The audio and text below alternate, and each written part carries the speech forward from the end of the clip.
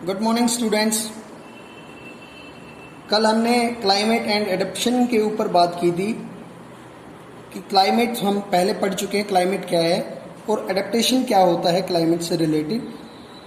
Adaptation होता है कि एनिमल्स के जो फीचर्स और उनकी हैबिट्स होती हैं जो उनको किसी खास क्लाइमेट में सर्वाइव करने में हेल्प करती हैं, वो एडेप्टेशन कहलाता है उस क्लाइमेट का। ओके, हमने फिर बात की थी कि हम पढ़ेंगे नॉर्थ पोल और इनके बारे में पढ़ेंगे, हम पोलर रीजन्स के बारे में एंड ट्रॉपिकल रेन फॉरेस्ट के बारे में पढ़ेंगे। हम पोलर रीजन्स में कौन कौन से आते हैं, जो नियर द पोल्स होते हैं, जो एरियाज जो हैं जैसे कि कनाडा है, ग्रीनलैंड है, अलास्का है, ये सब जो हैं पोलर रीजन्स हैं।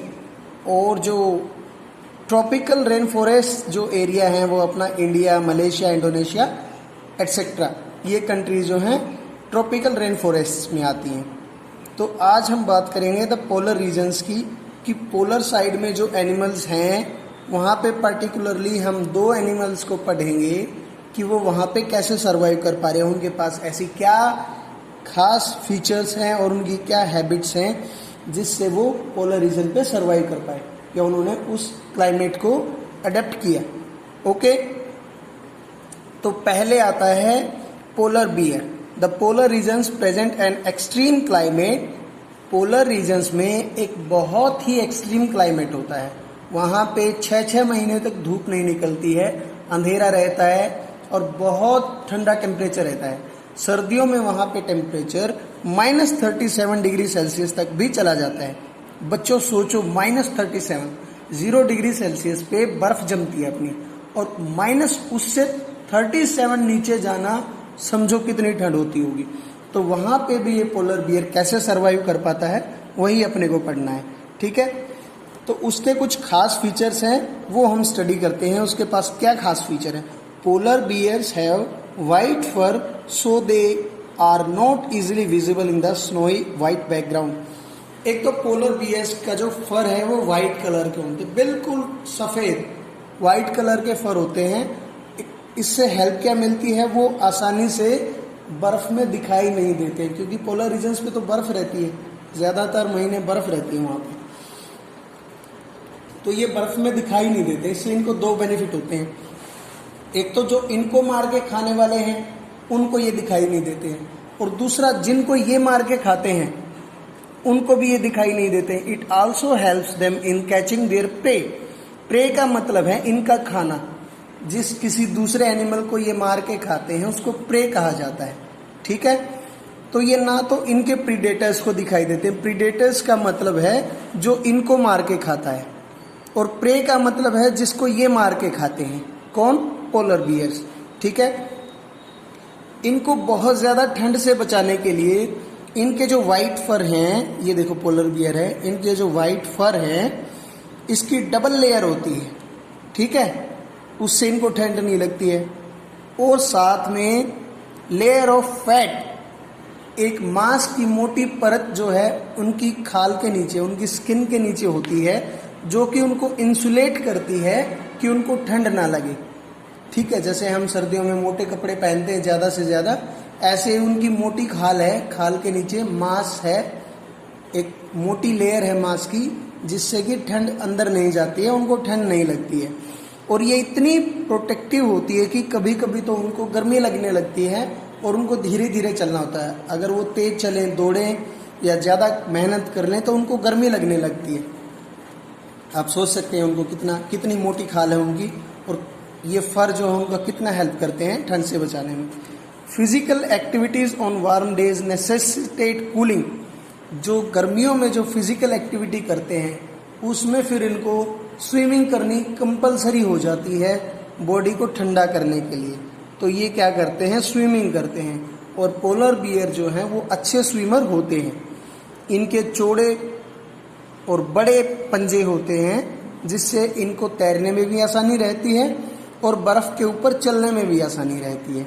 ठीक है, और ये पानी के नीचे भी अपने नाक को बंद करके काफ़ी देर तक पानी के नीचे रह सकते हैं। ठीक है, इनकी जो सेंस है स्मेल करने की, वो भी बहुत ही ज़बरदस्त होती है। इससे ये अपने खाने को दूर से ही सूंघ लेते हैं। प्रे मतलब फिर से खाना। ये अपने खाने को आसानी से दूर से सूंघ लेते हैं, महसूस कर लेते हैं। और हम इसको एक बार इस चार्ट की हेल्प से और फिर से स्टडी करते हैं। देखो, the white fur is not easily visible. जो वाइट फर है वो आसानी से बर्फ में दिखाई नहीं देता, तो ये प्रीडेटर से और इसके खाने से इसको बचाता है, दिखाई नहीं देता ये। It has a very strong sense of smell. Sense of smell इसकी बहुत स्ट्रॉन्ग है, जो इसको हेल्प करती है इसके खाने को पकड़ने में। It has long curved and sharp clause. इसके चौड़े और बड़े पंजे होते हैं, ये इसको बर्फ पे आसानी से चलने में हेल्प करते हैं। It has a layer of fat under its skin. इसकी एक मोटी स्किन के नीचे फैट की परत होती है, वो इसको इंसुलेट रखती है ठंड से और इसको गर्म रखती है। It has 2 thick layers of fur. These keep it warm in cold weather. तो ठंड में भी इसके जो फर हैं वो इसको गर्म रखते हैं। अब दूसरा एग्जाम्पल देखते हैं। Another well known animal living in the polar regions is the penguin. Penguin हम सब ने टीवी में देखा होगा, या यहाँ पे भी आप देख सकते हैं। एक पेंगुइन ये है, एक पेंगुइन ये है, और इनका बिल्कुल साथ में चिपक के खड़े होने का रीज़न ये है क्योंकि सर्दियों में ये साथ साथ खड़े होके एक दूसरे से गर्मी लेते रहते हैं सरवाइव करने के लिए। आपने नोट किया होगा कि गर्मी के दिन अगर कोई आपके ज़्यादा पास खड़ा होता तो आपको और ज़्यादा गर्मी महसूस होती है, या किसी हॉल के अंदर जब पब्लिक बहुत ज़्यादा खड़ी होती है, बहुत ज़्यादा भीड़ होती है, तो आपको गर्मी लगती है। ठीक है, सेम वैसा ही ये करते हैं। इनकी भी स्किन, इनका भी कलर वाइट होता है, जिनको जो बर्फ पे दिखाई नहीं देते हैं। और मोटी इनकी भी स्किन होती है जिससे कि इनको ठंड नहीं लगती है। थिक स्किन होती है एंड लॉट ऑफ फैट, और काफ़ी सारा फैट जमा होता है इनकी स्किन के नीचे, जिससे इनको भी ठंड नहीं लगती है। ठीक है, पोलर बियर्स की तरह पेंगुइन्स के भी एक जाल नुमा, देखो 1 2 3, एक जाल सा बना हुआ है, पंजे होते हैं ऐसे करके, जैसे मैंने हाथ रख दिया ऐसे इनके पंजे होते हैं। ठीक है, जो इसको बर्फ पे चलने में हेल्प करते हैं और इसको स्विम कराने में भी हेल्पफुल होते हैं। और ये भी बहुत अच्छे स्विमर होते हैं। इनकी जो बॉडी है, देयर बॉडीज आर स्ट्रीमलाइंड, बहुत अच्छी सुव्यवस्थित, एक अच्छी शेप में बॉडी होती है, और फिट जो है वेब की शेप में होते हैं, जो उनको गुड स्विमर बनाते हैं। ठीक है, और भी एनिमल्स के एग्जाम्पल यहाँ पे दिए हैं जो कि डीपली नहीं बताया गया है। वो एनिमल्स हैं कई तरीके की मछलियाँ जो यहाँ पे रहती हैं। मस्क ऑक्सन, मस्क ऑक्सन होता है बच्चों, एक बैल होता है जिसके बड़े बड़े बाल होते हैं। आपने टीवी में देखा होगा, डिस्कवरी चैनल पे देखा होगा, बड़े बड़े बालों वाला एक बैल रहता है ना। रेंडियर्स, रेंडियर आपको पता है, फॉक्स पता है आपको, सील्स पता है, वेल मछली एंड बर्ड्स, कुछ बर्ड्स भी रहते हैं। It is to be noted that while fish can remain under cold water for long, ये देखा जा सकता है कि मछलियाँ ठंडे पानी में नीचे काफ़ी देर तक रह सकती हैं। But birds must remain warm to survive, लेकिन पक्षियों को, बर्ड्स को सर्वाइव करने के लिए गर्म रहना ज़रूरी है, इसलिए वो ठंडी जगह से उड़ के गर्म जगह पे चले आते हैं। आपने सुना होगा या आपने पढ़ा होगा कि साइबेरियन सारस जो है वो ठंड के समय में इंडिया में आ जाता है, साइबेरिया से उड़ के इंडिया में आ जाते हैं।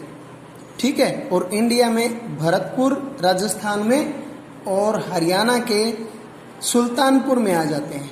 ठीक है, और कुछ नॉर्थ ईस्ट के वेस्टलैंड में भी जाते हैं, और एक आध जगह पे भी इंडिया में जाते हैं, लेकिन अपने हरियाणा में सुल्तानपुर में आते हैं वो सब। ठीक है, यहाँ पे दे रखा है छोटी सी डिटेल है, आप इसको पढ़िए एक बार, फिर भी मैं आपको बता देता हूँ थोड़ा थोड़ा सा कि कुछ पक्षी 15,000 किलोमीटर बच्चों उड़ के वहाँ से यहाँ आते हैं या कहीं और जाते हैं ठंड के मौसम में सर्वाइव करने के लिए, और जैसे ही गर्मियाँ आती हैं फिर से वो अपने एरिया में चले जाते हैं जहाँ से वो आए थे।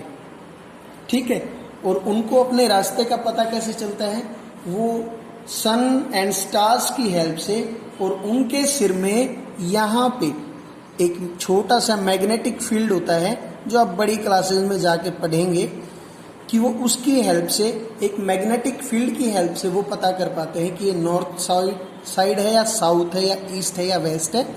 उसके हिसाब से फिर ये उड़ के वापस अपने एरियाज में पहुंच पाते हैं और नेक्स्ट ईयर फिर से हमारे देश में, मतलब हरियाणा के सुल्तानपुर में या राजस्थान के भरतपुर में फिर से चले आते हैं।